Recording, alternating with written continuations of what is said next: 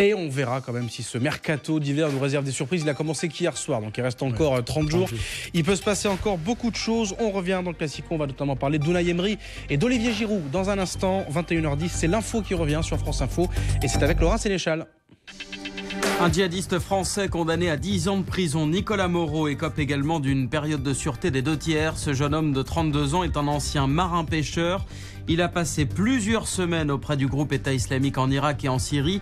Son frère Flavien a lui aussi été condamné pour djihadisme en novembre 2014.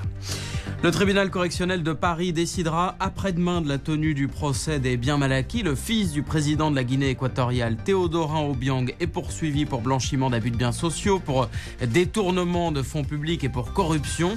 Il a déposé une demande de renvoi du procès. Son avocat annonce qu'il ne reconnaît pas la légitimité du tribunal correctionnel. Au moins 60 morts après une mutinerie dans une prison au Brésil. 12 surveillants ont été pris en otage pendant 17 heures dans un complexe pénitentiaire de l'Amazonie. La mutinerie a commencé par un affrontement entre deux gangs rivaux.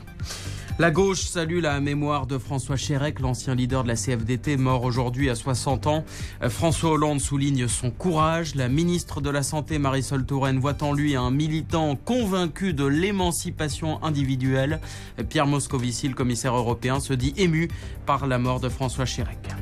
La circulation enfin fluide ce soir, la journée est classée orange dans le sens des retours puisque la rentrée des classes c'est demain. Les ralentissements se sont notamment concentrés en région parisienne ainsi que sur l'A83 près de Niort. L'axe a dû être coupé après un accident mortel cet après-midi. France Info. Le Classico, Matteo Maestracci.